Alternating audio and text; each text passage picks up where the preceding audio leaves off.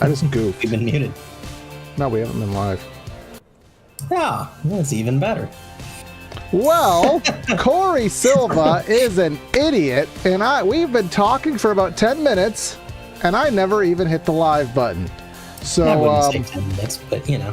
Whoops-a-daisy, but you luckily didn't miss anything, so we'll just kind of restart a lot of that. I made this whole fancy talk about the Michigan Speedway. Again, nobody watches the opening anyway, so I guess we really didn't miss anything in hindsight. But myself, Corey Silva, the rookie producer, and then we got Andre Granbush here. So qualifying is now beginning, so all the faux pas of stuff that you already have heard about Michigan aside, we'll get you on track here with live qualifying. We're going to be doing a little bit different here today. Typically, it's 3 cars, trucks rather. We didn't do it last week because the nature of Bristol just being a little bit too small, probably wouldn't have put on the best show, but a little bit different here today. We're going to have 4 trucks on track at a time in their staggered configurations there, Andre. Looks like Tony Polk, Robert Bassaw, R. Scott Schroeder, and I think I'm missing somebody, Dakota Jorgensen here, all taking laps, 2 laps, 4 at a time on circuit. So it is going to be 4 trucks posting times, as you said, a little bit spaced out here so that they don't get the draft and don't get that benefit. They're still going to be essentially solo, which means they're going to have to hit their marks. And qualifying here at Michigan is going to be all about just how smooth you are on the wheel. You can kind of compare it to qualifying at Daytona or Talladega. You just want to run that line and apex the corner the best you can, because on fresh tires, at least for the second lap, once they get some heat in there, you're basically going to be wide open. Now, the bottom may actually not be the quickest lane. You can see Tony Polk running about a lane up. You might actually see some drivers running the middle groove to high groove simply because they carry more speed up there. The bottom can be very loose in 3 and 4, even on fresh tires. So there's a lot of different lanes these drivers can run, and you're going to see that when we get under green with all of these trucks on track at the same time. But Tony Polk was the first to complete his lap, the 39.87, and Bassaw Jr. is going to topple that lap time with 39.71. Here comes Schroeder, one of the Team Watson mobiles. He's going to get 39.783, so just barely, not enough to get the provisional pole from Bassaw. And the last driver in this group, one guy from Idaho. Yeah. The one driver. And that must have been a throwaway lap, as off pace as that was, we have to imagine there. But I think who was the first one to take a lap here? I already forgot. It was Tony Polk. His second lap will be an 85, I believe. R. Scott Schroeder. Actually, no, it was Bassaw. He was next on the list. It's going to be a 77, so that'll keep him there second on the board. And Schroeder will cross the stripe. Oh, this lap will not be one that he fancies there at an 85, so that won't help him out. And then Dakota Jorgensen will 39.7. So I did see them running 2s in practice there, Andre, but a lot of that will have been the draft. Of course, as we know, this is going to be a major pack race. The aero doesn't really affect these trucks in the manner that you would expect it to. So there's not really going to be aero push, and they can run essentially every single lane here. You'll see them all the way up there against the fence. We don't have PJ1 or resin here, which probably is a good thing for the tire wear, but they will be all over all 5 lanes here at Michigan. Yeah, they will. The top is very viable, and especially once the tires start to wear, that's pretty much the only place you want to be. So they're going to be slinging it around the safer barrier best they can. Evan Ethel on track, Benjamin Stevens in the 24. They're rolling out to get their laps begun. Casey Ryback also on his out lap, it would seem. Here comes Blair Holloman, the short run hero, fastest driver on the track for about 10 laps or so. And lucky for him, qualifying is only going to be 2, so we'll see what he can do here in quals. All right, I see a little bit of a flash here as just for some reason, trading paints, it's always wrong, so I think it's up to date, but you know, we're just going to do a little double check here on the liveries here. But I'm going to want to thank everyone for tuning in here to the channel. For some reason, I just forgot to hit the start button. So we had a little fancy intro. I was talking about this racetrack and all the little details of it, and nobody heard any of it. But luckily, most people skipped that anyway, so I don't think it was anything for loss there. Casey Ryback at a 73. That'll put him up to 3rd on the list there. Tony Polk, he still hasn't exited the session there. But let's see, you got Blair Holloman. Let's see if he's going to use this as a throwaway. This will be a throwaway, so we won't pay attention to that. Evan Ethel, he'll be also last, so everyone's going to be putting full emphasis on that second lap. Probably the best decision, Andre, because these trucks, I really don't even think you can get them up to speed in that short of a time period. Yeah, it's going to take a while to get up to speed here. No, that's a custom number. So what I was just looking at, because I wanted to make sure that the custom number setting on iRacing didn't uncheck itself, but with Blair Holloman, very evident that that is a custom scheme. But so it's the Ray Abraham. Yeah, but you got Ben Stevens, who's running the default livery here on the evening. So I just wanted to make sure that I didn't screw that up, but seemingly so. Is that a default as well? It seems like we might have an error on our end. So we're going to take a look at our fancy B-roll footage, high above Michigan International. Yeah, just making sure that these guys hide card them. No, it's checked. So we got people. Could be just an issue with trading paints all around, not something we're doing or that they're doing. They might be running a custom scheme and trading paints is just messing up. I know that I've had that issue in the past, and their servers are kind of notoriously bad, so could be the case. But let's go ahead and check in on the scoring pylon. What did I say, Corey? Blair Holloman, fastest short-run driver in the field. He's on the pole right now. I think it'd be hard-pressed to take that from him. Well, we'll see. Remember, they do start the qualifying order in reverse sequence. So the driver who is the first out was the slowest in practice. Conversely, the last out was the fastest. So, take that for what it's worth. But again, with the slipstream, the validity of the solo car speed with the practice speeds kind of be hard to assess that. But there comes Jeff Ottinger. I think we've called him Nick about 12 times, but and probably will continue to. But Jeff in that number 76 car. You got Charles Abert in one of the Billboard cars in that 07 ride. And Eddie Spruill. Yeah, there has to be something going on with the paints because, again, I just double-checked. Hide car numbers was checked, so that is the setting in iRacing that will allow these guys to paint their own custom numbers. But that's like the third default paint we've had. And again, as you look at this car right here, I believe that's a custom number, so... Yeah, Abert has... Actually, that might be a stock number. That might be. I know Blair Holloman's was a custom. iRacing does not have the Ray Abraham paint scheme, or font. So whatever's going on here, it's hard to tell. Yeah, that number 14 truck, as you see right there, that is Michael Wetmore. That is certainly, there's no Flames number, so... Yeah, I don't quite have an answer for that one. And that number 47 queuing up, it's Kyle Westwood. Yeah, so a lot of these guys having paint scheme issues, or they are just they lost their sponsors. I don't know quite the situation there, but let's watch lap number 2. You know, after last week, if I was a sponsor, I'd pull off a lot of these drivers' cars too. So that could be the case. Eddie Spruill going to post his time. Where's it going to fall on the board? Looks like 5th place is the best he's going to get. About a 10th back from the pole. Now he's going to go up to that top lane, see if he can't improve back down to the bottom. I don't know if switching lanes like that's going to be necessarily quicker, but Jeff Ottinger coming to pit road. He is done with his qualifying, so like out of this group.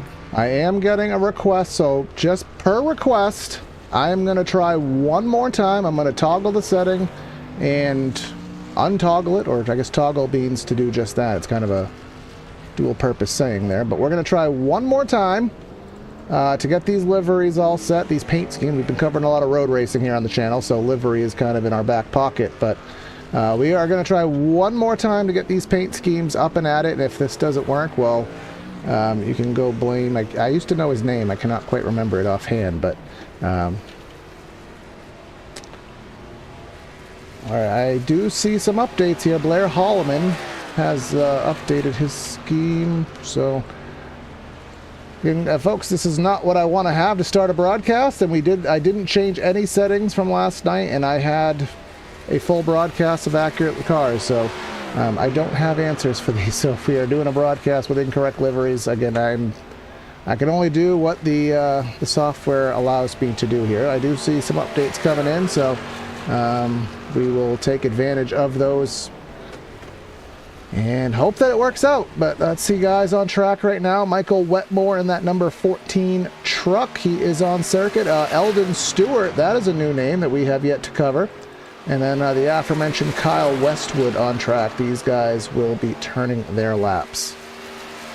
And Blair Holloman was dethroned for the pole. Rodney Pitcock ran a 39.55. So we'll see if any of these drivers here can do any better. That was a 40.2 out of Whitmore. Of course, the outlap going to be a little bit slower. There's no heat in the tires, so we're going to expect him to pick it up this time around as he navigates 1 and 2.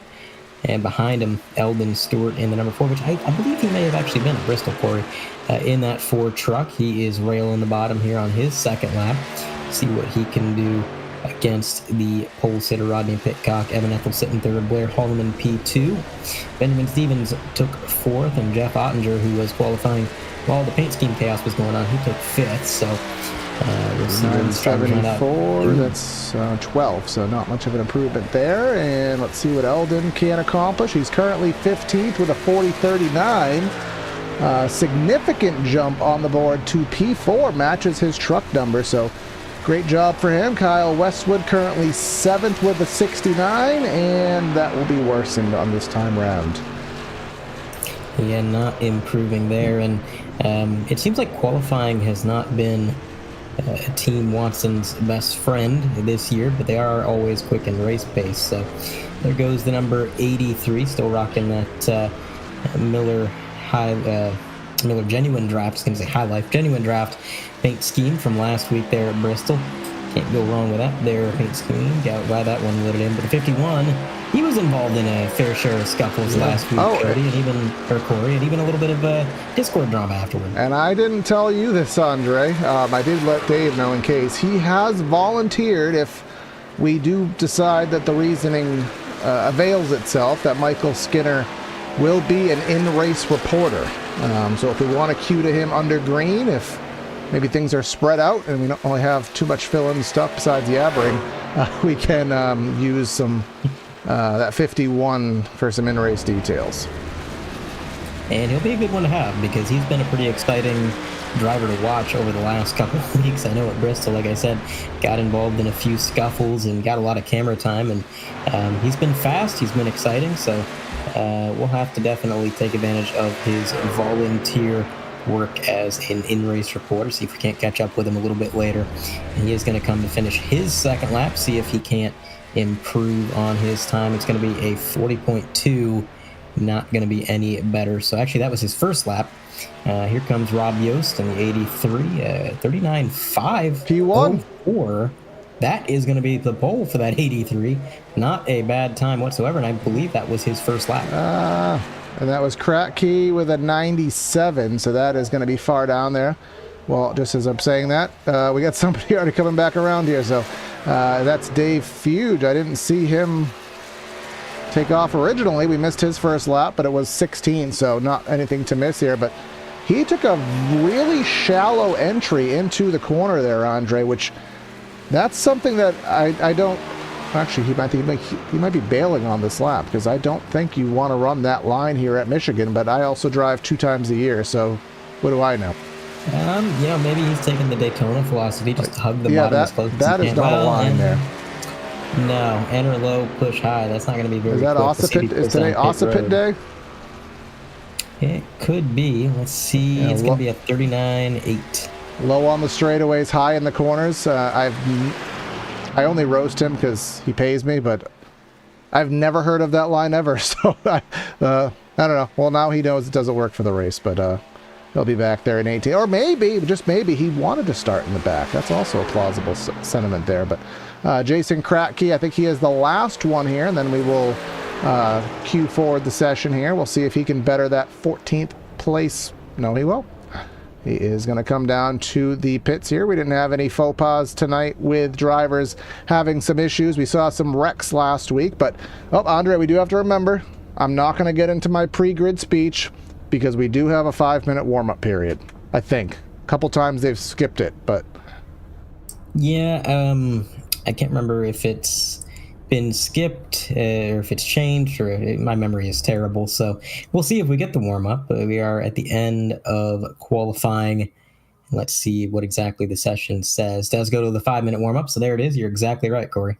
Yeah, well, there was 1 week that they skipped it, so we'll see if cars actually populate on track or not. So I don't want to, overstep my next statements here, but I don't see anybody pulling on track. Oh, just as I say that, some guys are populating, and could be a good time to test out the green flag pit stop strategy, which we've seen it more in prior seasons, Andre. We really haven't seen it in the truck series. Now, obviously, these races are shorter, but remember that 60% fuel load, we always have to do our random guess of what we think the fuel mileage is going to be.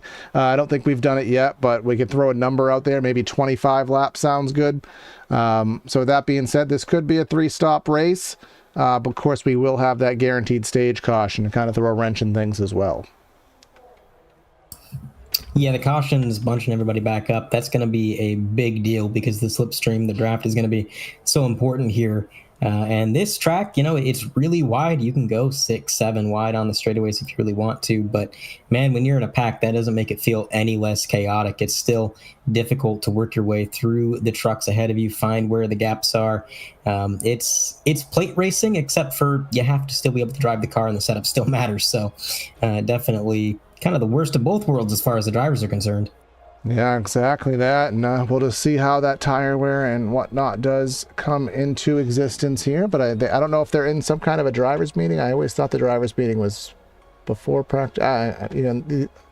We're busy these days, so I kind of lose track of things here. I do have a message coming in. Fuel run is 20 laps here. So our in-race reporter, Michael Skinner, is already giving me the Discord feeds here, the little updates. So we do appreciate that. So 20 laps will be a fuel run. So that means we'd see pit stops anywhere between, I'd say, 18, and there'll be some rebel against normality here. We'll probably stretch it to 21 or 22 if the situation presents itself. And now I'm getting Blair Holloman telling me 21. So, we'll go 19 to 22 there. We'll just play all the odds there. Yeah, we'll have to see how those odds play out. But with the drivers' meeting still underway, one thing I want to point out about this track as well is that with all this sun shining down on the surface, it's probably going to be getting a little bit warm. As we can take a look at the weather once again, 96 on the track, Corey. It's a 68 in the air, which continues the trend we've seen of kind of cool air temps, but extremely warm track. And like I mentioned at the top of the broadcast, I can't remember if it was when we were actually live or when we thought we were live, but the bottom of the track is deadly, especially in 3 and 4, but 1 and 2 as well.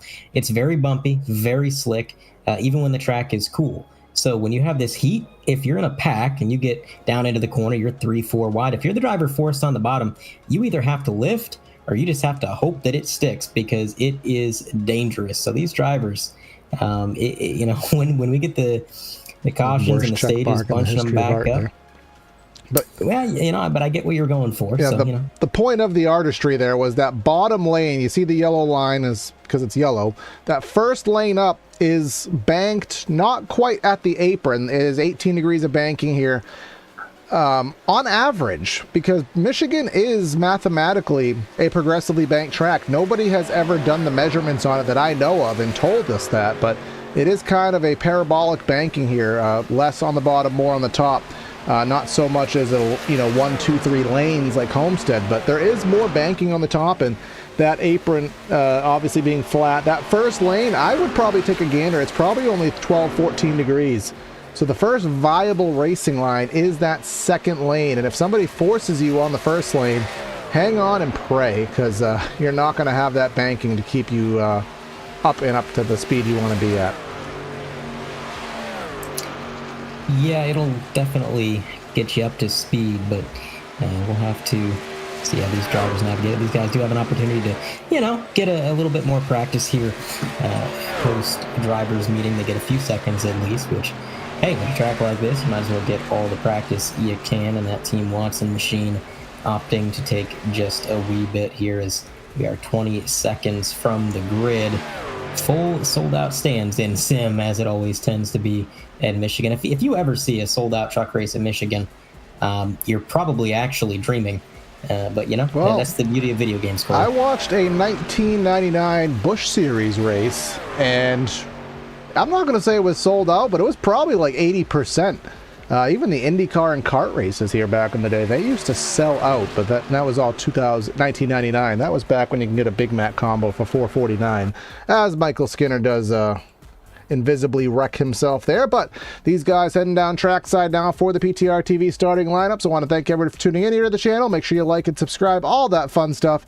Just hit 1,200 on our way to 1,300. Just need your help to get us there. But let's go ahead trackside and let you start off the starting grid for us tonight, Andre.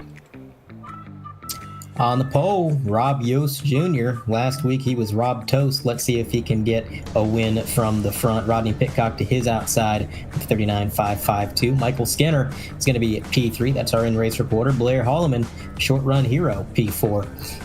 Look back to fifth, you're going to find Evan Ethel and Eldon Stewart to his outside in P6. Seventh place is going to be Benjamin Stevens and Jeff Ottinger in eighth. Running at the top 10 is going to be Kyle Westwood and Eddie Sproul. And rounding out our field, we got Dakota Jorgensen in 11th with Casey Ryback in 12th, Robert Passaw in 13th, and Jason Kratke rolling off in that 14th spot. 15th, we will have Charles Abert in the Billboard truck with Michael Whitmore? I don't think we've ever had that debate, but we'll have it for 16th. Yes, I think it's just Whitmore. Yeah, Whitmore, R. Scott Schroeder in 17th. League owner, not admin, league owner, Dave Fuge in 18th.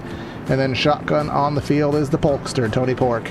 Tony Pork. That's the second time I've done that. Tony Polk is this week. I still got one more night of broadcasting too, so apologies, Tony Polk. What was I saying the other day? I was calling a Jack Zach. I can't say Road Atlanta. It's funny that I do this for a major portion of my weeks. To be fair, I think I've called Road Atlanta the right name maybe 20% of the time in my entire life. Almost 26 years on this planet, I think I've called it the right name maybe 5 times. Because, you know, the slightly more famous Road America is right there. It just kind of rolls off the tongue as well, Road America, more than Road Atlanta. But either way, just one quick pace lap around this track. Lights are off on that pace car, which is, I believe, an iRacing original, the sedan there. Not any specific manufacturer, or is it? I don't even remember anymore. But that 83 was quick in qualifying, had the short run pace, and now he's going to have to go a little bit further than that. We'll see if he can hold off the draft. It's a little bit like the plate tracks. You don't want to get too far out. Don't let these guys get any big runs.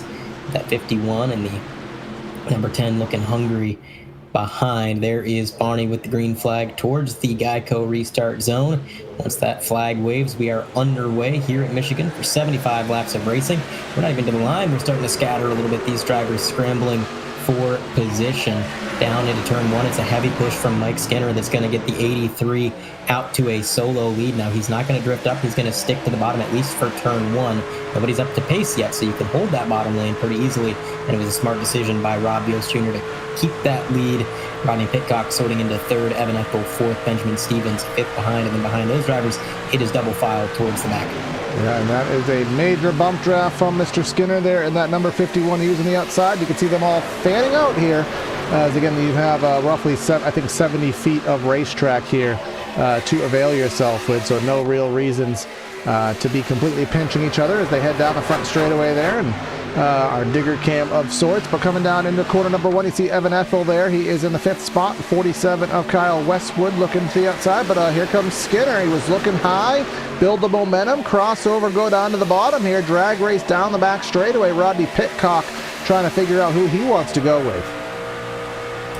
Yeah, at this point, I think his best bet might just be to keep them side by side, kind of keep them in an uncomfortable position, which is something you can do at a track like Michigan. But look at this, Michael Skinner to the solo lead. He is just going to weave back and forth, try to make sure he staves off the runs that these drivers are going to get. And you will see your fair share of bump drafting here at Michigan. We've seen it already, just 3 laps into this event. And it's not going to stop anytime soon. That'll continue right until the end. Now look at Rodney Pitcock making his bid to lead for the first time tonight. He got a good shove from Benjamin Stevens, and those two seem to be working very well together. It may not be enough here on the straightaway, but when they get through 3 and 4, I would look for them to make another lunge at it. We're drafting caterpillars up top, Corey. We are bobbing and weaving. Is that the bumps on the track, or is that just a lack of visibility? Well, I think a little bit of A, a little bit of B there, as you would say. These trucks obviously are not the easiest thing to be the second place vehicle behind, because they are so tall. It does kind of throw off your visibility here, so you do kind of want to have that little bit of spatial awareness out the front windshield, get a little bit of clean air. Also, you know, get some fresh air into the grill there. A little bit of contact between the 83 of Yost and Pitcock there. As I said, there's no reason to be all over each other here, but they clearly did not heed to that advice. But again, they're all kind of pulling each other back with the side draft, going out of line, pulling all the way out. So they're playing the aero games here, however well they may or may not work. Yeah, I don't think you're going to make anybody handle too poorly by putting him in dirty air. This track is so fast, and there's so many different lanes you can run. I'm not going to say that's going to be a huge hindrance to these drivers, but it may affect them a little bit, and you can definitely take away a driver's preferred lane if they prefer running on the middle or the bottom or the top, wherever they want to be, as long as you stay in front of them and make it so they can't have an opportunity or a window to pass you in that lane. And it's not so much dirty air, it's just that you're putting yourself in the way, and you can do that here as Rob Yost Jr. continues to lead the way in that 83 car. He took it back from Michael Skinner, has not looked back thus far, but here comes a Team Watson machine. Kyle Westwood, already a little bit further up from where he qualified, did not take long in the draft. Doesn't seem to have brought any of his teammates with him, but nonetheless, he is up to P3 already, going on board with Mike Skinner. You can see that is how close it is on the bumper going into the corners, and then they split up. They run their separate lanes, and running in the middle here is going to give him a better run through the straightaway. You can see he drives down the banking, carries more momentum out of the corner. He's going to have a run to move down to the bottom, a little bit of a side draft here, which is going to be huge. Side drafting in these trucks with these big truck beds and the big spoilers, it slows you down a ton, and he's going to use that to great success, taking the lead back, but it's just a revolving door so far. P2 is going to be Kyle Westwood now down to the bottom, trying to make it a double attack on Rob Yost, but Rob has the momentum out of the corner now, so it's not going to be game over. Yeah, it's not going to be game over at all, and I think we're probably going to set a record for lead changes here, as I thought that was going to be calamity there. I thought the 47 and 51 were going to meet there on the entry of the corner, but a trend I am seeing, Andre, and it proves me wrong with my pre-race speech, is these guys are using that inside flat lane much more than I would have thought. Maybe these trucks can just handle down there being a little bit slower, but snaking, weaving, squirming all down the straightaways, working the draft. Here comes the 4 of Eldon Stewart to the outside of the 47. 47 had a compromised corner entry there, cost him a little bit of momentum. That allowed the 4 to work the outside, and here's the 4 looking to the outside of Yost, trying to get the toe from Skinner down the front straightaway. And it looks like he is gonna get really close to it. I don't think he's quite gonna be successful yet, but you're exactly right, Corey. They are running that bottom, and the tires are still relatively fresh. We're only like 8 laps in, so I think they can maintain the bottom. I don't think it's necessarily the faster lane. Most drivers who go down there, we see them slide up a lane or two, simply because that's where the momentum of the truck is taking them. There is still a lack of grip down there. You can see the number 4 got a good run, but there he's got to drift up. And the problem with that is if somebody pinches you down and you can't drift up, then you're not going to be going anywhere with that momentum. You have to lift. Otherwise, you're going to be causing an accident. That's exactly what happened to that number 4. Had to give it a panic lift. So that bottom lane, it's usable, but it's not taking anywhere right now, Corey. Yeah, it is not, and he's really going to be struggling down there. As you said, the longer this run goes, which, let's actually addendum that thought, because we will have pit stops based on what we are told between, I'd say, 19 and 21. That's what the drivers have been telling us, but our stage is at lap 30, so you will have to pit before the stage. So with that being said, how much is the track position worth it right now? How many risks do you want to take? Obviously, you want to pit with the guys that you're comfortable with, your teammates and such, but you don't want to take major risks when you're guaranteed to have to pit before the end of the stage. Yeah, I would say you don't want to take too many risks, and when it comes to pitting, you're going to want to minimize that at Michigan, especially when you've got that stage coming up. You know you can make to it. Just save a little bit of fuel, save a little bit of tire, see what you can do, and try to take it as far as you can take it. You do not want to risk getting trapped on pit road with a caution. Something happened to Tony. I don't know what. It's prompting me that something happened, but Tony Polk did have to pit, so he is just off. He's still on the lead lap by about probably 8 seconds, so he is going to probably be hoping that this stage comes out before he goes a lap down. He's currently running about 3/10 off the pace, so I think the mathematics will allow him to stay on the lead lap here. But no! Well, this ain't going to help somebody. He's all the way down to the flat there. That was one of the poster trucks. That is Charles Abert. Yeah, let's go back on replay, try to see what happened to him here. We'll go from the blip cam. He is racing around the 74 of Schroeder. Oh, he just hit the wall by himself. But you know what? I like that. He knew that he scuffed away the momentum, and he immediately got down out of the racing room and let those drivers by, rather than causing an accordion effect. That was a very responsible move, and I can't say it's one that I would do. Honestly, if I hit the wall and I lose my momentum, I'm trying to hold people up. You can slow down too. So I like the move. I respect it. And he's able to get back in line. No harm, no foul. Well, think of it in this context, Andre. If you're going to drive the poster truck, you kind of can't drive like a DB. Let's put it that way. Because that's just you're literally representing the league. You got to drive with that respect, or else I think the admin might tell you to take that skin off the truck. Yeah, maybe. But, Dave's also pretty fair, and I think Dave knows that, sometimes in the heat of competition, you're going to do whatever you can to get an advantage. But either way, respectable move. It is still Mike Skinner leading the way, and Kyle Westwood in that 47 is doing so well. I mean, he carved his way up through the field, has not quite taken the lead yet, but Corey, does he want to lead? Is this just a case of, I'm going to ride behind you, you're going to pull me around the track and save me some fuel? You work for me now, Mike Skinner. You're going to save me some fuel, save me some tire, and I might be able to go a little bit further on fuel than you. Well, let's take a look here at the best lap, last lap graphic. Last time round, a 40.1, I guess that's what it was. And so he's 1 second off. Now, how much of that do we attribute to tire wear? How much of that do we attribute to, trying to save fuel? Looking at it from Skinner's perspective, he ran a 40.2, so it's natural the guy behind will run a little bit faster, but I would think some of that has to do with the tires. They do have 3 in the pits. I do think we omitted our race details earlier, so just to bring those up. As we said, we'll stage at lap 30. 3 sets in the pits here tonight, 1 fast repair, and of course the fixed sets everyone's using and the green light checkers that are available to these drivers. So the 3 sets tires, let's think of it this way, 20, 40, 60, so 3 available pit stops that you'll need for fuel, 3 sets of tires, so not the biggest strategic race we've seen in SSRL history. Yeah, definitely not the biggest strategic race, but in the meantime, we'll get the number 10 machine, Blair Holloman. He has gone the wrong way through this race, falling back a little ways, and it seems like he's just kind of riding the top, drivers getting around him on the bottom, which really isn't even the preferred lane. So not sure if this is intentional or what exactly, if this is just Blair Holloman doing Blair Holloman things, being fast in the short run, a little bit slower on the long run. That 3 car, he's definitely giving him some fits here. Yeah, that is the old timer, as denoted by his rear bumper there, not by me insulting him. I'm assuming that with the, what was that, a Harry Gant scheme, so if he even knows who Harry Gant is, he has to be at least probably 50, because that's dating back to the late 80s, early 90s there, so maybe we'll find that. Let's see, I don't think he filled out the spreadsheet. Let's see if he did, because otherwise, if he did, we'll know. He didn't, so. But he's old, so we've at least noted that much. A Zoo Yost vehicle coming to pit road, and that being Rob Yost Jr. Now, I'd say this is within range, but he's pitting by himself. Do you want to pit by yourself? I would think not. I don't think you do.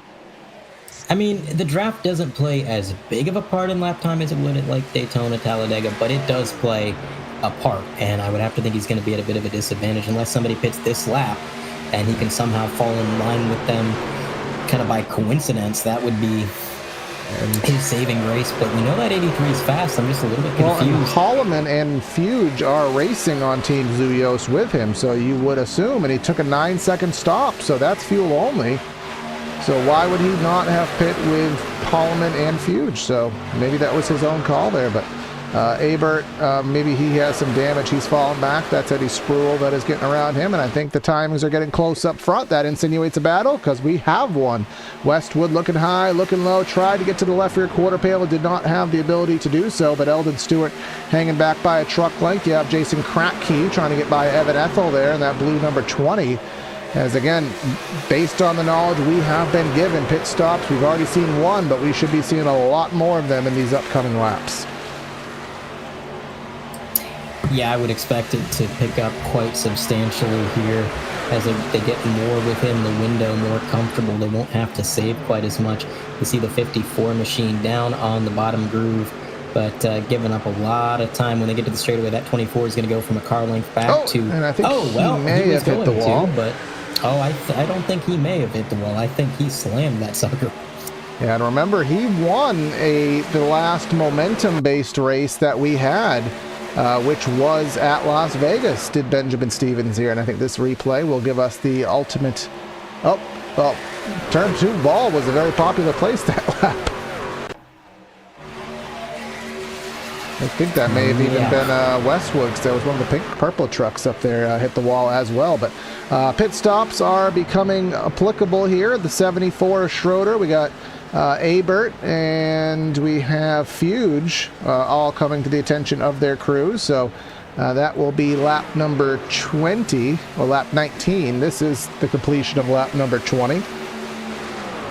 So Skinner has about a 3-4 truck length lead, so that gives him ample space to be able to get in without somebody on his tail, and he's going to use all that. But the 47 going full send in there. He's going to gain some time on Skinner on the entry to the pits there. A lot of driver time as the 14, that is Michael Whitmore.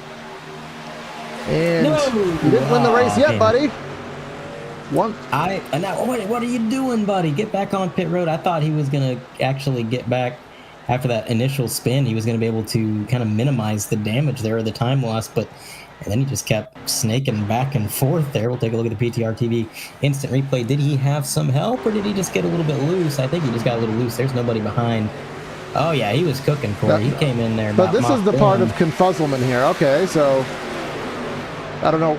You could have just rolled it, but he must have got too much wheel spin. Now he's on the curb section there, so made it a little bit worse, but I don't think he'll lose a lap. He was kind of close enough. But back to live footage. Oh no! We don't have the soundboard on this one, Andre. But I think there's a failure in the fuel cell, I believe. Because he is... I think. Because he's going slow.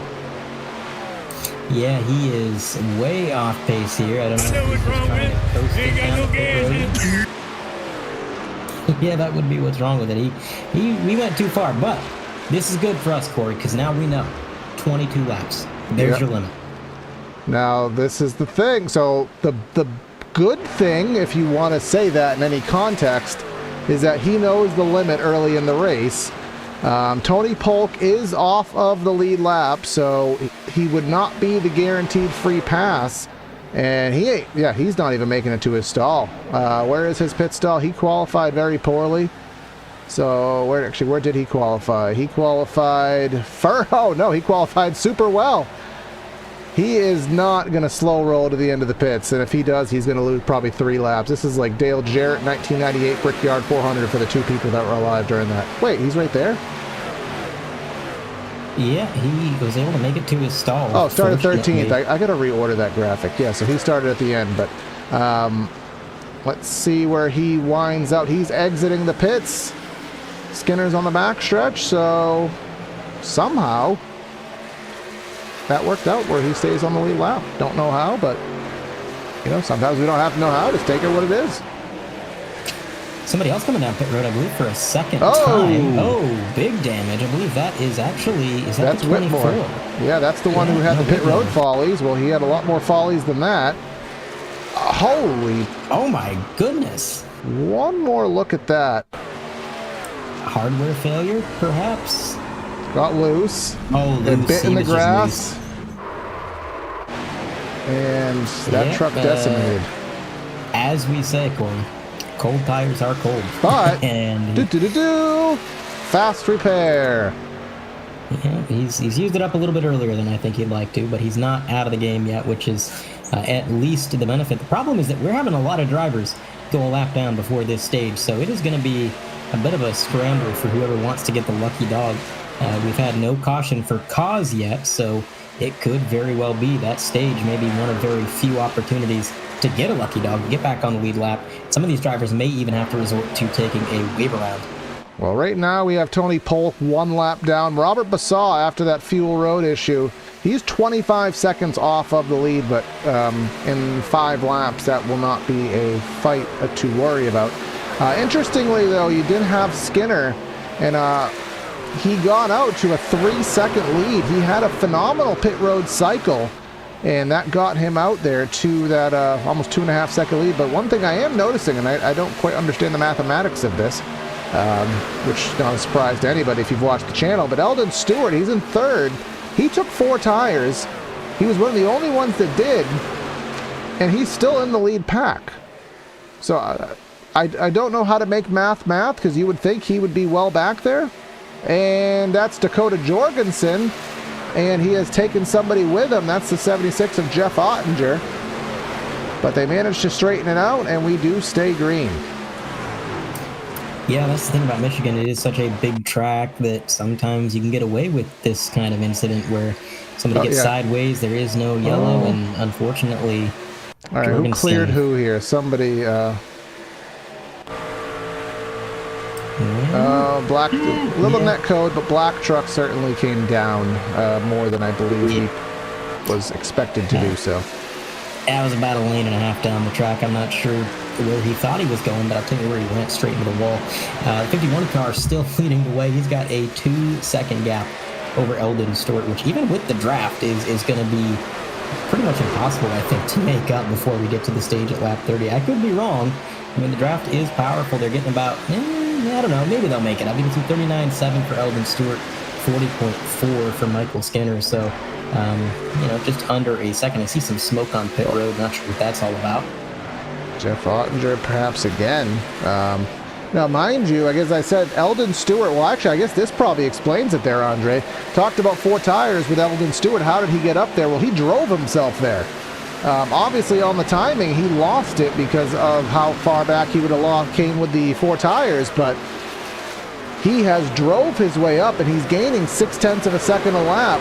So with that being said, 0.6 a lap means he'll probably still be 0.3 back at the stripe, but 2 laps to go for the stage. Well, remember, though, if he gets close enough, he'll have the benefit of the draft as well. So I wouldn't say it's impossible, as he's 1.4 back. He'll get the draft about 0.9 back, so that'll probably be on this straightaway. Then he'll have 1 lap to close in that last second and possibly make a slingshot maneuver. Those 4 fresh tires definitely doing him well through the corner. You can see the leader up there just navigated a lapped truck, and that lap truck actually may be to his benefit here. He started the corner at 1.3 seconds. He exits the corner at 0.9, so 0.4 just through that one set of corners. 1 to go in the stage. Let's see if that continues. It's going to be a battle because, again, he's going to gain a lot through this corner. He will be firmly within the draft. With Dakota Jorgensen also putting up a fight. The leader had gotten around him, but looks like he is going to make a bit of a fight out of it. Here comes the number 4. Good momentum out of the corner. He's going to have 1 last corner and half a front straightaway to do it. I don't think he's going to be close enough, Corey. 0.6 of a second going to be the difference. I don't know if there was some traffic that caused that to happen, but Casey Ryback also gained on him. Rodney Pitcock joining the party as well. God, so everybody close. conglomerating here at the end, and he just about got there, but time was not on his side. The 51 is going to win the stage by a hair. Literally by a hair, but now you're going to be put into a precarious position with tires, because we'll dissect this stage. You got Skinner, Stewart, Ryback, Pitcock, and Fuge getting a top 5 there, with Westwood, Schroeder, Stevens, Ethel, and Kratky rounding out your top 10. But this puts you in a very interesting position there, Andre. Now I have to wonder. There's a lot of pit stops here. You have Skinner, and I guess maybe we'll use our our in-race reporter. You have a Skinner who took 7.8 seconds. Now, I would imagine that's fuel only. But then you have Eldon Stewart, who already burned a set of tires. So he probably has to take fuel only now, I think. No, he has to take tires. He has to take a second set now. And that would take him to lap number 50-ish, and then he would take his third set and run to the end. So he basically does not have a strategy set, and everybody else has a strategy set, if I am inferring this properly.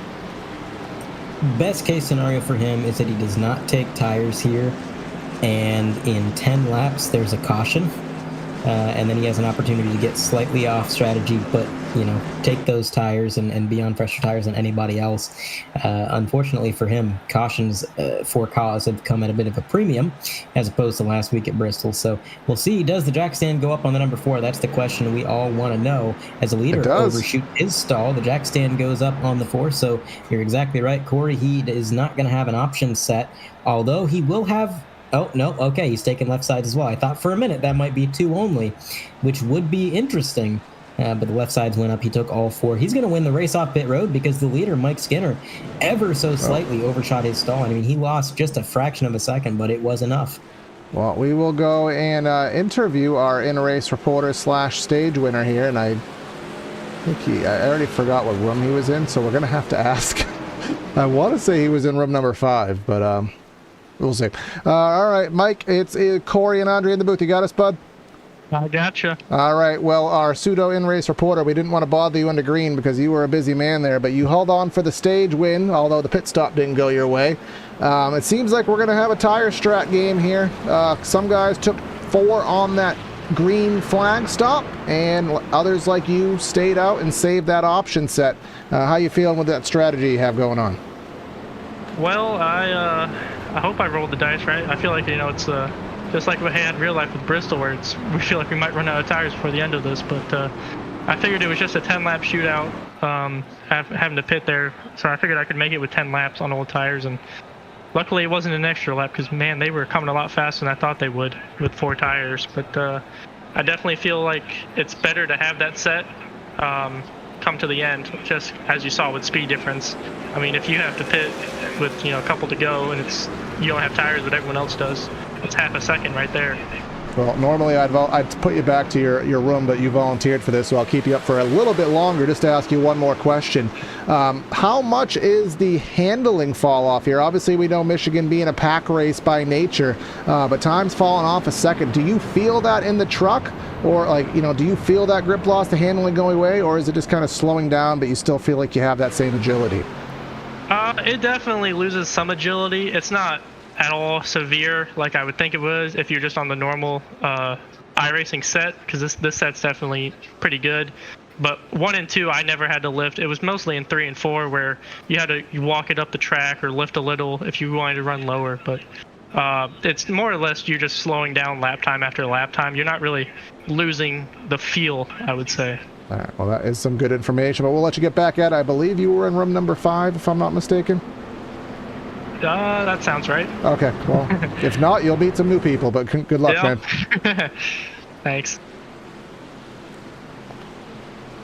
So that's interesting, because that's definitely different from when I drove these trucks on Michigan. I know the handling definitely went away, that the truck would get a lot looser as the run went on, but I know that iRacing is always changing things and tweaking things, so that could be the case. But you did hear him mention the truck getting tight out of 3 and 4. That's something that has not changed, and we've seen drivers smacking the wall, even out of turn 2 as well, and the truck will get tight on corner exit when these tires really wear. Now, the other thing to keep in mind as we go green as well, Corey, is that the fuel run has been relatively short, so these drivers aren't out here for 40, 50 laps before they pit, and so the tires aren't having that consecutive heat applied to them. They can have a cycle where they cool down in the pits if you don't take them, or best case scenario, you take fresh tires. They never really get to that point that they would in any other race with this limited fuel capacity. But Michael Skinner out to the solo lead. Eldon Stewart on fresh tires, but not having an option set remaining, is going to be P2. They're 2 wide behind Casey Ryback, Rodney Pitcock, who did qualify very well. Dave Hughes Jr. in the 22 machine, he is P5. And you got Scott Schurler in the 74, Charles Averitt, Jason Crockett, Blair Holloman, and Benjamin Stevens make out your top 10. But so far, it looks like we might actually get single-filed up front a lot quicker than that first run, Corey. And just as we say that nearly 4 wide in the back there, I think that is one of those Team Watson trucks. That is Kyle Westwood. Remember, he was up in the top 5 earlier but is relegated to the 14th spot right now and stuck behind Evan Ethel. Ethel was in the top 5 as well. Yost, remember, he pit off sequence with everybody else a little bit earlier, but now he is back there as well, rim riding. He is bottom feeding on that yellow line there, and as you heard Skinner say, that becomes more and more difficult as these longer runs do play out. Here comes Charles Abert with a recovery, the comeback kid. Remember, he was hard in the fence on the back straightaway. Let's see if he took his repair or if he just... Yeah, he did take his repair, so he is on his backup truck, but he luckily will be up to full song and hopefully doesn't have any further issues. Yeah, you definitely want to keep the nose clean if you had issues early on.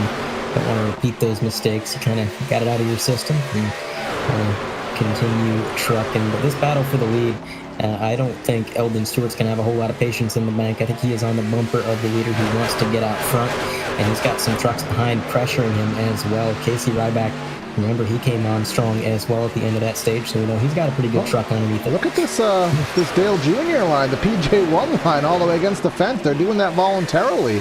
Wonder if there's any tire-saving strat involved there. Well, again, it's iRacing, so running the outside lane is almost always going to be worse on the tires no matter what, even if in real life it wouldn't be. But I do think that this is all about momentum. I think you are able to get the best lap times around the top, especially when you've got a slipstream partner. So they're definitely just kind of working that line and trying to hold on to this position. But down low, you can't count out Casey Ryback. He falls back on the straightaway so much just because these drivers have so much momentum from the top lane. But in the corners themselves, look at how close he gets. I mean, he gets up to the bumper, even to the door of the leader, Michael Skinner. If anything, he was closer in the turn than he was on the straightaways, ironically enough, as Ryback tried to pull alongside, but he doesn't have that help from Pitcock. Pitcock is about a half truck length back. He needs him to get right to that rear deck lid, tandem draft style. Bottom to top, Michigan, if only they raced that high in the real world, not able to do so, but Ryback can use that shorter distance, and this time around the inside will persevere, but the run from the outside gets him at the stripe. No, it does not. Casey Ryback gets himself a lap lead here at Michigan. And it's little by little, but he is gaining. If he can just keep that truck straight, I think he'll be able to get around the leader if they just keep clicking off those laps. Now, there is going to be a lap truck up ahead. Tony Polk in the 33. This is going to be interesting because with the leaders being side by side, somebody's going to get slowed down. I think it's going to be, out of line goes Rodney Pitcock there in the 01, trying to avoid the 33. 33 goes low. He's letting the leaders go. But Pitcock going to get a little bit loose. He side drafts the 33. The bottom lane losing their stability, which is going to be massively helpful for Michael Skinner, who was kind of having the lead fall out of his grasp. This is going to be a big benefit to number 4 on the bumper through the corner. Let's see if that bottom line can regroup. And the bottom will try and regroup, and the second pack is one of those billboard trucks, the first of which, I believe that was Dave, kissed that turn 2 wall. First of many to do that, not the first by any street, probably not the last, but those billboard trucks there, they are about a second or so off this lead battle that is ever so continuing. You just have the bottom feeders versus the rim riders here. It sounds like a street basketball 2-on-2 league right there. We'll see which ones do persevere. I would take the top personally. I think those inside guys will burn the tires up having to put the wheel down there, especially running on the flatter lane. They're definitely going to have to put more wheel, more bite, hurt that right front out. But even with that being said, Andre, we're already halfway through this fuel run, so 10 more laps. Well, actually, let's think of it this way, Andre. We'll pull up the stints on the ticker. So we've been out for 9, coming to 10 laps.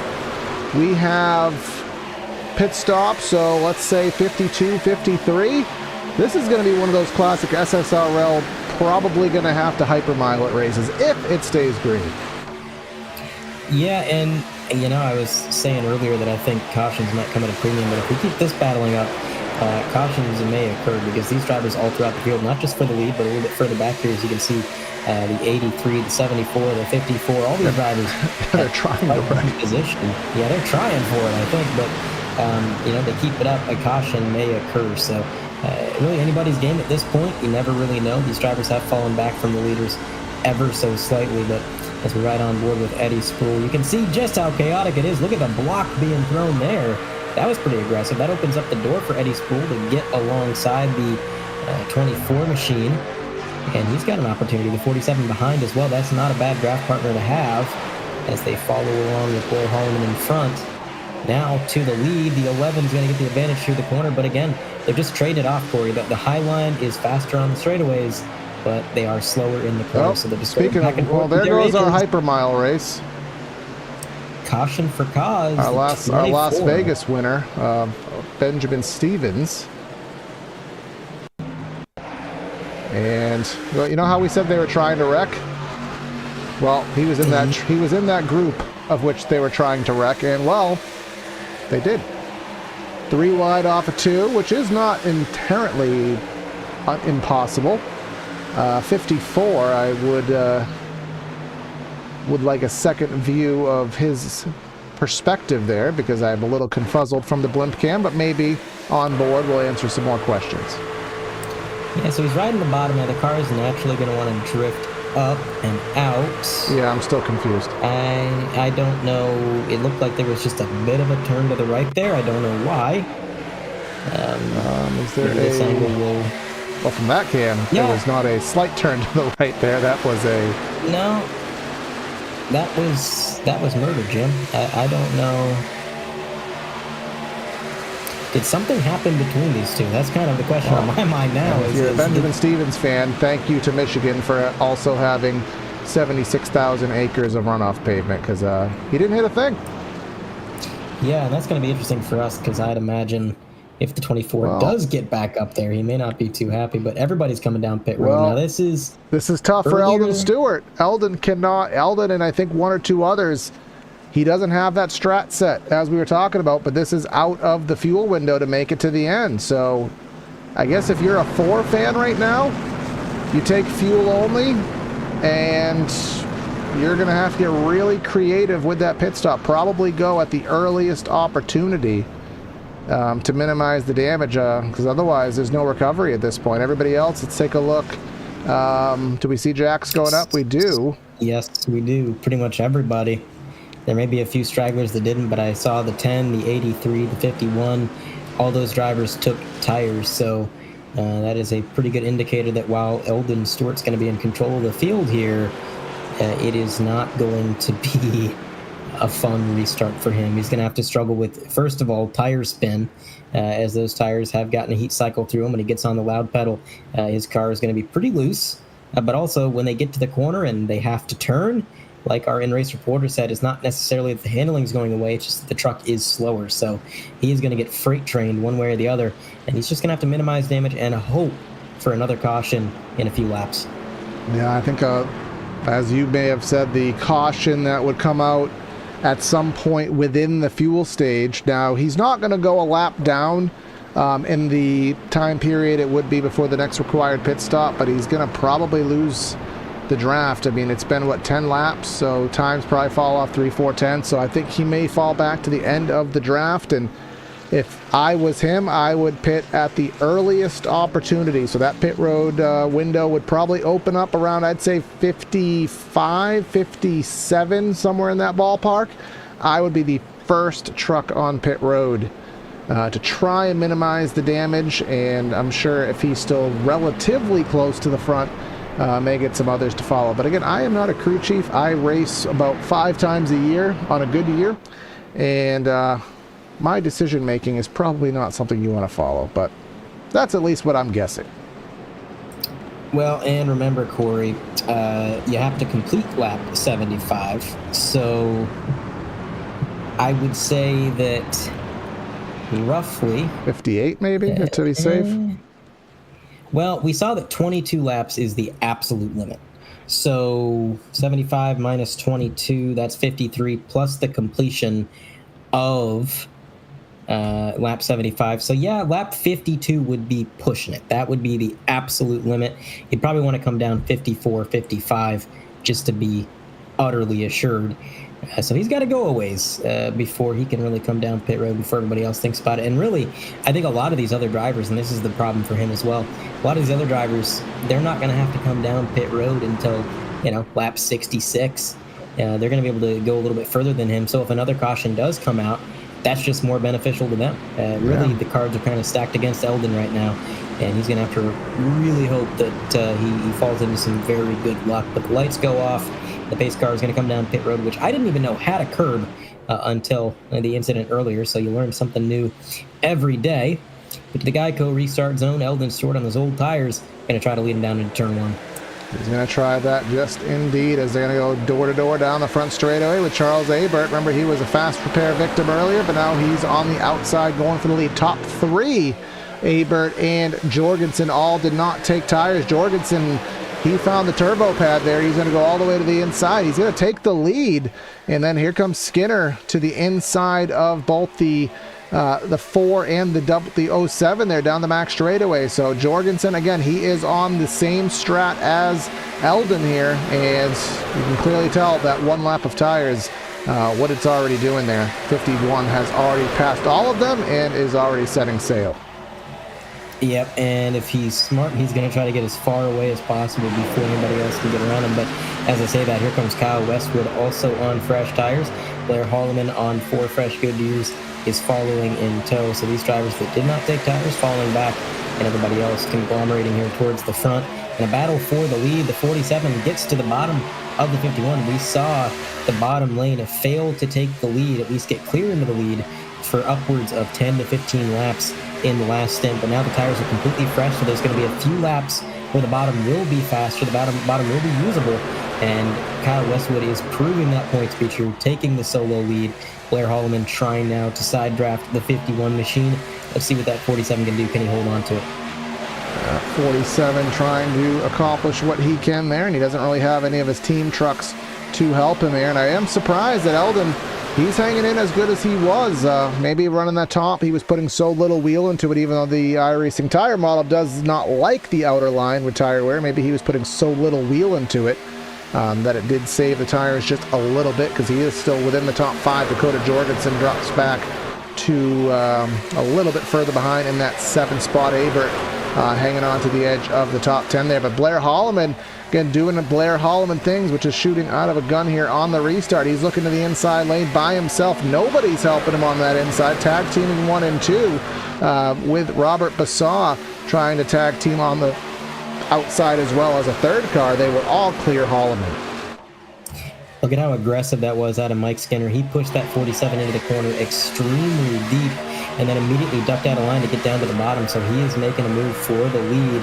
Now riding on board with Dave Hughes Jr. You can see our pole sitter Rob Yost there in 4th place. Blair Holloman, well, he shot out of the gun, and there's the Coriolis effect, I guess. He is spinning out of position here.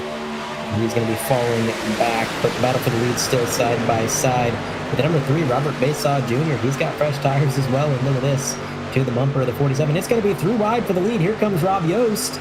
Oh boy, this is maybe not going to work if they don't sort it out. We just saw a wreck in the same capacity a few laps ago. That was the caution with Benjamin Stevens, but these guys gave each other a little bit more space and allowed themselves to get through it. The 83 is going to have problems doing that. Obviously, the inside lane bogs down your momentum. Skinner looks like he got a little bit tight. That's going to force the 47 all the way up the track a little bit. I don't know how they didn't lose momentum, and I don't think if you're a Westwood fan, you're going to be too happy with that. And you can just tell by the aggressive bump traffic that I don't think Westwood was too happy about that. Rightfully so. He got forced all the way up nearly to the fence.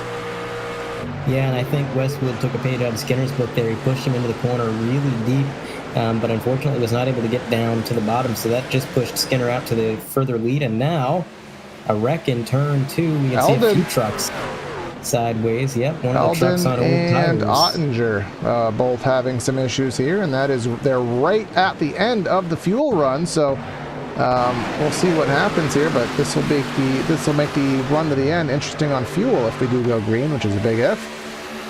That's another big confuzzlement there, but that was Eddie Spruill here. We'll have to get a perspective from him on that.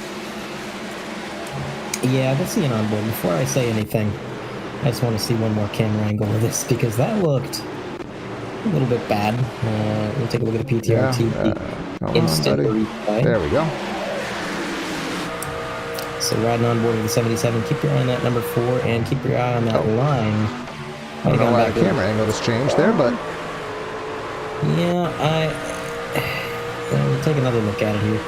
So he gets a bit of a shallow entry, which is going to make you drift up, but I don't understand that. And the track goes left, buddy. He just kind of drove straight into him like he just didn't turn into the corner. Yeah, that's a little perplexing there. And if you're an Eldon Stewart fan, I mean, you'll get your fast repair, presumably. I would assume he has not used it yet.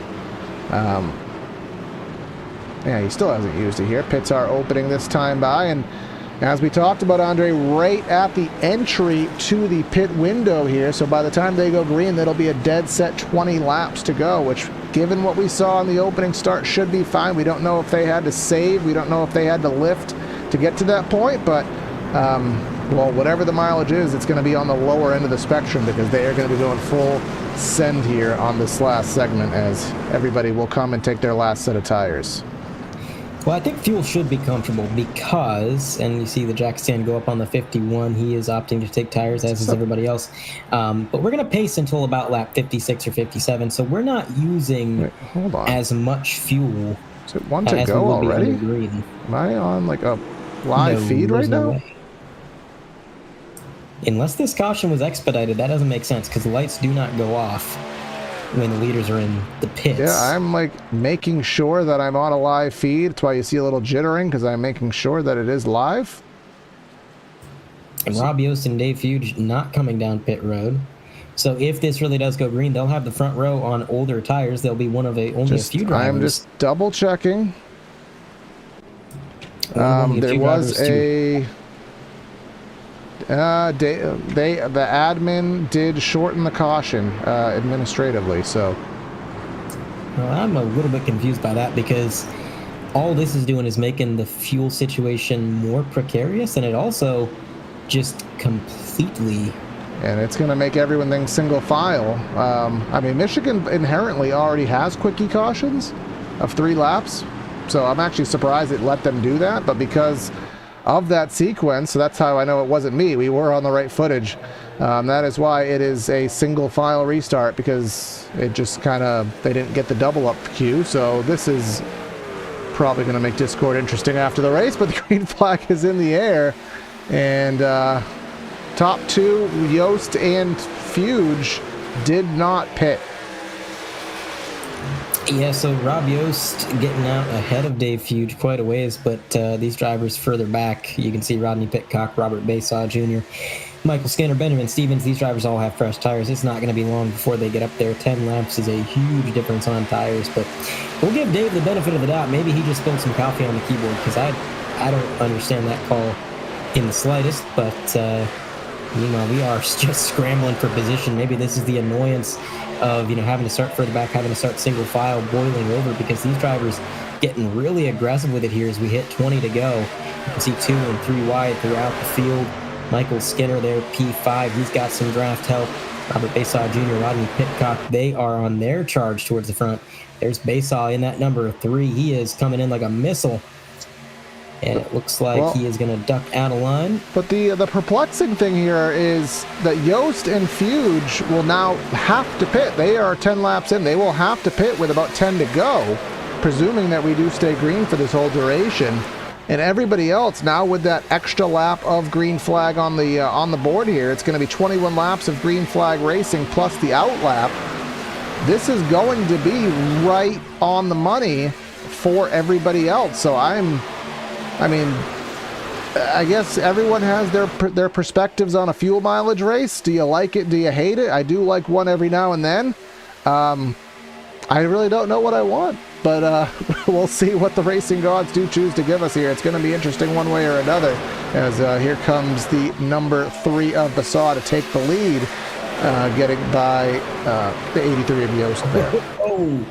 Oh man, Rodney Pitcock, he was looking at 3 wide as Yost gets into the wall there, but Pitcock looked at 3 wide and then he thought, Jeepers Creepers, Skinner! Hold on to her. We don't need to be door slamming here. 3 wide. The 47 machine thought better, backed out, but he is now on the bumper of that 0-1. This is a huge bottleneck caused by these drivers on older tires, and a shot to the 0-1. Michael Skinner wants to get to the front. Andre, we were given rights to pull him up during green flag. How much of a flex card do we want to use on that privilege right now? I would say don't pull them up. Oh my God, what are we doing? We're down on the flat. We're on the apron trying to get around. This is some really defensive driving from a driver who has to pit in 10 laps and is on older tires. We'll see coming through the corner, gets a really good run on that yellow line. Oh, just hits him in the quarter panel there and gets a little bit loose. I don't know where he thought that run was going. There was really nowhere to take it, but they're going to continue on. I can't believe that Dave and Rob Yost have held on as well as they are with these older tires, but Michael Skinner has taken the lead. He's got Blair Holloman making a bit at it from behind. Oh no, well there goes the fuel strap. I think, and I'm not going to say anything yet, but I'm about 99% sure I know what happened. Well, I don't know anything, so we're watching the same footage, so let's see. Yeah. Now I have a theory, and the only way the theory will be proved is from a top-down camera.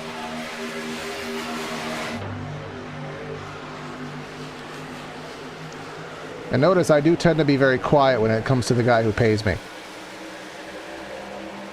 Yeah. Dave, you write my checks, but that one was on you, Broseph. Yeah, I was just a little confused because he's on older tires, and he was driving really defensively, and I feel like when you're trying to defend against guys on 10-lap pressure tires and you've only got 15 to the checkered, that only ends one way. Definitely not the move I would have made, but again, no hate to Dave, no hate to anybody in the field. Sometimes it's heat of the moment, you're in the race, but we calls them like we sees them, and he told us to do that. So if that means we throw the, I don't want to say admin. He yells at me when I say admin. When I throw the boss under the league owner under the bus, got to do it. But we do have pit stops now. I don't know if anybody has tires left, but I guess we'll find out now. That could be a very big play if indeed. Now if you are a FanDuel or DraftKings representative there, you may want to put some odds on that number 3 truck here, albeit only with 2 tires. And another abbreviated yellow. I mean, we are pushed, and it's now, for fans at home, a lot of times the speedways, your Charlottes, your Texases, they'll have 4 or 5 laps of yellow, but Michigan, all the 2-mile tracks, not Chicago, here at Michigan, Auto Club, Indianapolis, Pocono, they have quickie cautions essentially by default, where the caution will be no longer than 3 laps. So I'm a little bit confused why we are shortening that to even 2 laps, because it is really throwing off the running order and creating these single file restarts. So that part confuses me as well. I guess this is just the night of confuzzlement, but I mean, that's really not, that's just par for the course here if you watch this channel on the regular. But regardless of either of that, any of that, Holloman and Skinner will be taking this restart. Yeah, and they're going to be at a bit of a disadvantage here, especially Holloman, who is on older tires, I believe. So I don't know what to think anymore, because I don't know exactly who's on what tires and what is where. Third base. I turned around, and it is all over the place. But the green flag does fly. Michael Skinner gets a good restart. We'll see how long it takes before some of these drivers behind are able to close in. Now, remember that number 3 took 2 tires, which could be a huge benefit, or sometimes I know in iRacing, taking 2 tires just makes the truck handle really ill. So it could be a benefit, could be bad. We'll have to see. Time will tell. As 47 Kyle Westwood, he's going side by side for position. Go to Jorgensen on the outside. He's going to get the run and get clear once again. But this is a bit of a drafting track, and the 47 has some help in the form of Scott Schroeder back there in the 74. Ooh, 47 was sniffing that left rear quarter panel of Jorgensen, sniffing it like a dog on a fire hydrant there, but luckily he did not spin him out. It kind of ran out where I can go with that analogy there. But up front, here comes Blair Holloman looking to the inside of Skinner. He's going to be on the flat. Skinner's going to make him run the flat, but so far working it successfully there. Holloman only on, I believe, 2 tires or no tires versus Skinner's 4 per the data we have available, but he's making the most of it. Yeah, well, I mean, they've proved you can run really defensively on older tires. May not end well, but you can do it. Number 10, getting really good runs here. He's got a little bit of help with the draft, but that help is going to deteriorate because look at Dakota Jorgensen. He might be pushing him now, but he wants to get around. He's going to hang him out to dry right here. To the high side he goes. That leaves the Team Watson drivers on the bottom with Blair Holloman. And it looks like the 10 drives it in deep. He's running that middle lane, not really giving either driver the draft. That's a good move. But as they come out of the corner, that 9's going to have a bit of a run. From the high line contact to the 47. What was that? Oh, my goodness. Well, what is with drivers not being able to go in a straight line tonight? This is something. Well, luckily we caught that live. No need for a replay. Luckily for the 87,000 acres of pavement, that he really didn't lose much out of it. But now what's going on? Skinner is going Tokyo Drift style there off of 4. I don't know what instigated that. Bristol was last week, boys, but you wouldn't be able to tell the difference with all this. Yeah, they are beating and banging, that's for sure. They're making a short track out of this 2-mile circuit. If they're going to go 3 wide for third, 47 down on the very bottom. Has to give a bit of a lift in. A little bit loose is Robert Baysaw Jr. He goes to the top of the track, and we're going to ride on board now with the 47. Or the 74 a little bit further back, yep. Yeah, we're just a little bit dyslexic. There we go. Oh, there it goes.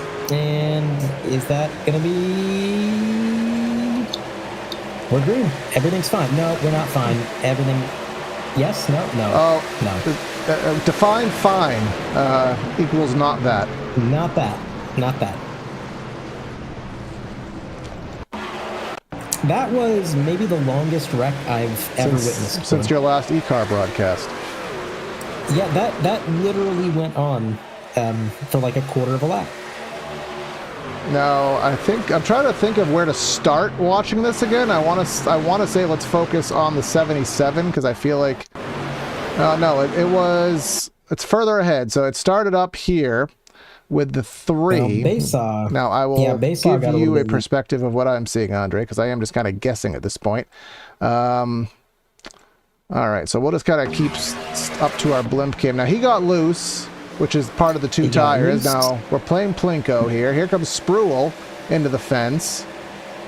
And when Spruill got into the fence, he came off the fence into Benjamin Stevens. That's Whitmore and Pitcock there that had some issues, and a front bumper that will be on eBay later tonight. Yeah, that was a very long wreck that crescendoed in about 4 destroyed trucks at the very end. So, I mean, I know that the 51 has been aggressive. Michael Skinner is an aggressive driver, but I can't put that on him. I think the 3 just got a little bit loose there, and then the 51 didn't quite have time to react. So we are shortening the yellow. I was just about to interview somebody, but we are, I believe, shortening the yellow once more. So we are getting right back at it. I'm just going to go cut to a side screen. I just want to validate. Yes, these yellows are being manually shortened here. I'm looking onto the feed of commands and chat, and that's where it validates. These are administratively shortened yellows.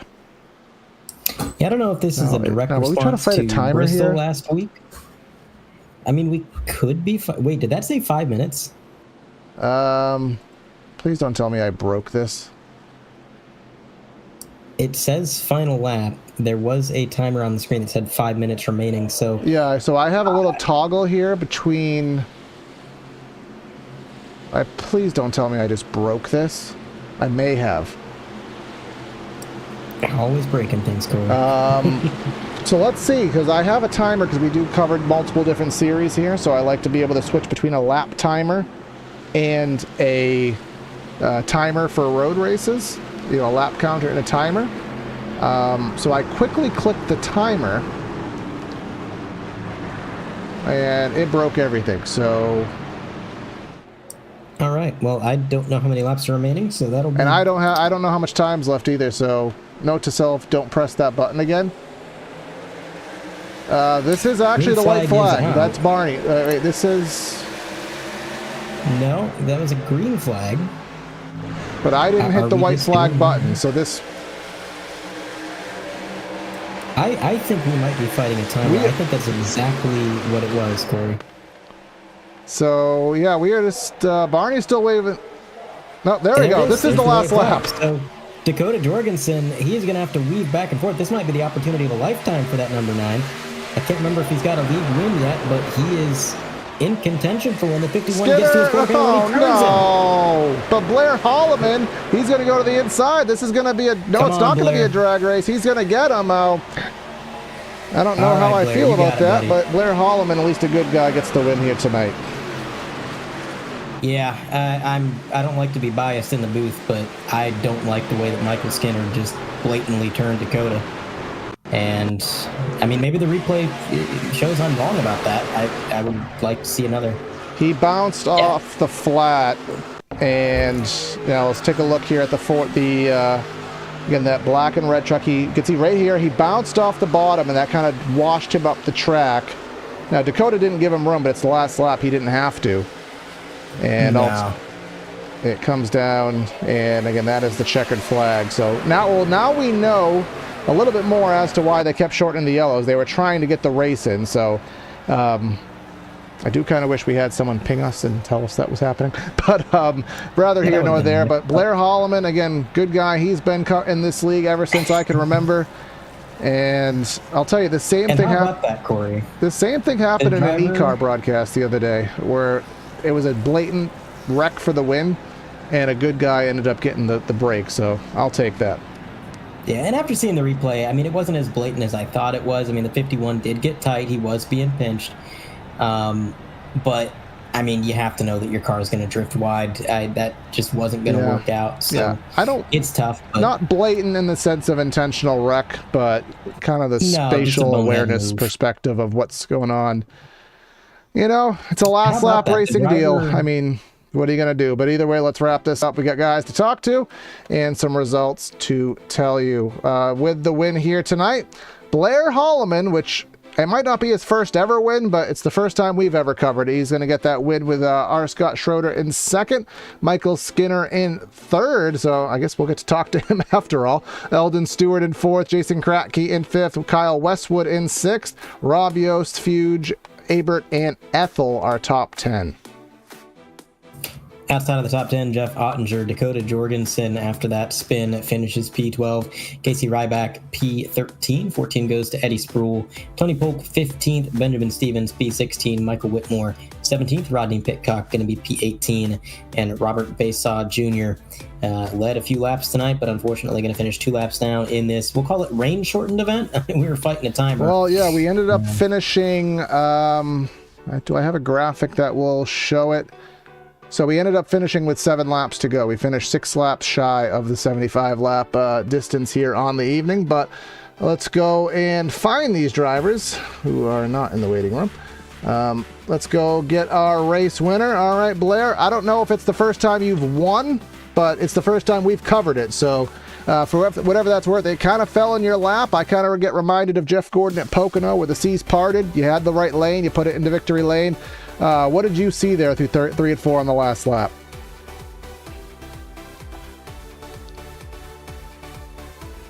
You got us, Blair? Loud and clear. What's going on? Oh, so I just said all that. You didn't hear me. So basically, I was relating your 3 and 4 there to kind of Jeff Gordon at Pocono back in the day. The seas parted, you pass guys that wreck, and you pull it into victory lane. What was that perspective you had heading into 3 on the last lap? I didn't think the guys were going to make it through the corner, but I didn't really think the 51 was going to get the 9 there, at least on corner entry. I thought they would have tagged at the end of the corner, but they ran into each other, and I decided to put the truck as low as I could go, and thankfully I didn't get touched. Yeah, we were royally confused in the booth, and with all the yellows being shortened, it kind of threw everybody off, single file restarts and whatnot. Now we understand why, because we did finish short of the advertised distance. How much of that were you able to process in the driver's seat of, are we going to finish this? When's the last lap? Am I going to get where I need to be? It seemed like a lot to deal with. Yeah, it didn't really dawn on me that we weren't going to make it till the end there until we had that caution with, what was it, like, it would have been like 10 laps into that last run. So around lap 50, it dawned on me like, hey, we're not going to finish. So I was like, all right, just need to make sure we have enough fuel at the end. Don't burn up the tires. Certain there'll be a caution or two here, and just play the cards right, and hopefully we can get it rolling. thankfully 2 tires for once at Michigan actually worked. Yeah, it puts you in victory lane again. It's the first time I've ever covered it, but where is this stand on the SSRL Career Victory Tour? Now on SSRL, this is my first truck win, surprisingly. Been racing in the leagues for different leagues for a few years. Out of all the leagues I ran in, this is about my 5th win all the time, but SSRL, this is my first one, so this one's a special one for me. Well, I'm glad that we were here to cover the moment for you, and you get to rewatch the follies there of that last lap, man. But congrats on your first SSRL win, and we will catch you on the next broadcast. Thank you, guys. I want to give a quick shout out to the guys in Zeus Racing, Yost, of course, Fuge, and although Nathan wasn't here today because he's at work, they actually have him shipped a couple states away from where he lives. Those guys, we all work together the best we can. And moments like this where someone gets a victory, it's always good to see a group effort come together. Even though if one of us has some heartache, it's still something to be proud of. Yeah, it always makes it easier with some teammate being in victory lane, and tonight it is you, my friend. Congrats. Go celebrate. Thank you, guys. I'll catch you next time. See you later, bro. And now second place, somebody else who benefited via the last second follies there. Our Scott Schroeder got himself up to second.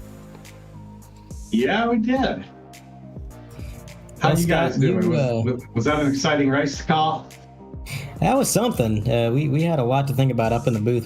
First of all, we didn't know that you guys were fighting the timer. We kept seeing those cautions get shortened, and we had them single file restarts, which really shuffled up the running order. But it seems like, no matter what wrenches got thrown in the way, you and your teammates always did a good job finding your way back to the front. You had a few setbacks, but again, those Team Watson trucks, some of the best in the field, looked like the setup was working for you. And that last lap, a lot of chaos. There was contact between the 51 and the 9, and you were able to navigate it. Grab yourself P2. Tell me a little bit about it. Yeah, I got up on the outside of the one of the trucks on the outside going in 3 and 4, and I guess I was up there by myself, and I seen the 9 and the 51 getting together, and I thought, which way are they going to go? I actually dove down low, and so did the 51.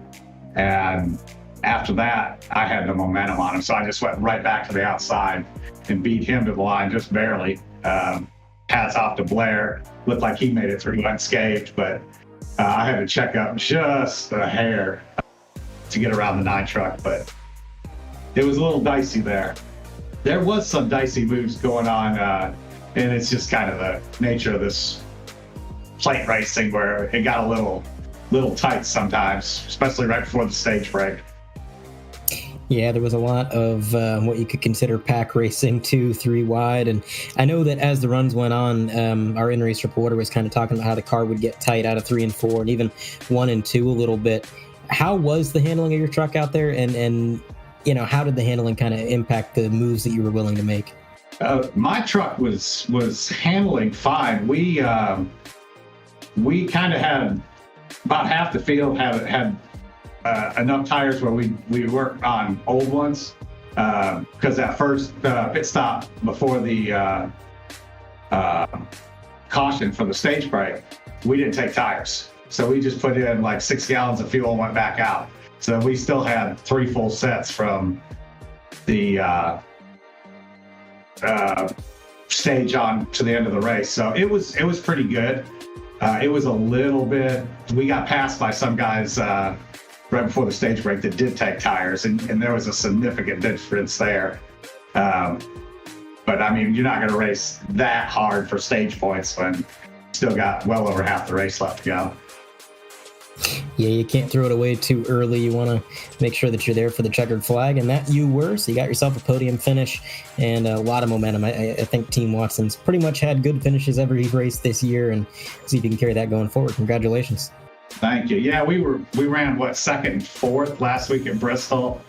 I think I was leading at Daytona and got put into the pit wall during one of the pit stops. And then Tony, one of the rookies, put me in the wall while I was up front at, I guess it was Vegas. So yeah, up until Bristol, we kind of had a hard go of it, but it seems like we're pulling back pretty decent now. Definitely, and the trucks have the speed, and that's been shown tonight. Well, again, congratulations on the podium finish. We'll see you next week. Thank you, guys. All right, second place out of the booth, and I believe Corey is caught up with Michael Skinner. All right. Well, Mr. Skinner, I do need to apologize to you, and I think Andre and I both do, because at first glance, what we saw in turn 3 and 4 looked a lot worse than it did as we watched it back a second time. So obviously that's not what you want to deal with on a last lap experience, but what did you see from the driver's seat at 51 there in turn number 3? I got the run down the back of him, and then, it felt like we were in Indy cars going down the back. If I went left, he went left. If I went right, he went right. And then the third one, he blocked me into the corner, and I just tried to I was lower than him underneath of him, and I tried to just hold it as low as I can. And obviously I washed up, and I didn't think I hit it. I didn't even feel me hitting him. So obviously I guess it felt not as bad as what it looked like, because obviously it was not my intent to wreck him, and I tried staying as low as I could and even lifting, but obviously he was pinching me tight, and I was coming back up the track, and we kind of just met in the middle there. So yeah, looked like you may have obviously looked like you may have bounced off the apron there, which kind of bounced. But again, it looked a lot worse than it actually was when you got to analyze it, which I think people will probably see in post. But I'll tell you, from the booth perspective, we were confused, and I talked to Blair about this. Obviously, we didn't hit the advertised distance, and things were getting shortened, and we had quickie yellows, and obviously we're probably getting confused on what's the white, what's not the white.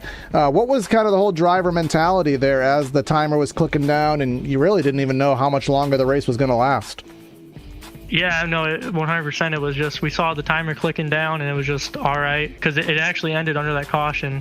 And then I told Dave, from what I remember with the road racing, is when the timer hits 0, you get one more white flag lap. And sure enough, as soon as the timer hit 0, we got the white flag on us getting up to speed. So then at that point, it's basically just like a Talladega finish, if you think of it like that. Just hold it wide open, don't lift, and pray you either see the checkered or you see Jesus. Yeah, as the now famous ARCA driver that I don't know whose name came up with that saying, but either way, obviously probably doesn't end with the cloud you want above you there, but you still get yourself a podium, and we will see you. I think the truck series is off until April, so we'll see you wherever the next schedule has us taking place at. For sure. You guys have a good one. Thanks, man. Well, Andre, it wouldn't be an SSRL race if we didn't leave confused and kind of flabbergasted, but that's exactly how we stand after this one. Yeah, lessons learned. I think we need to maybe be a little bit more generous with the session times from now on, because that was a little bit subpar, a little bit less than ideal, having the single file restarts, having to rush through everything.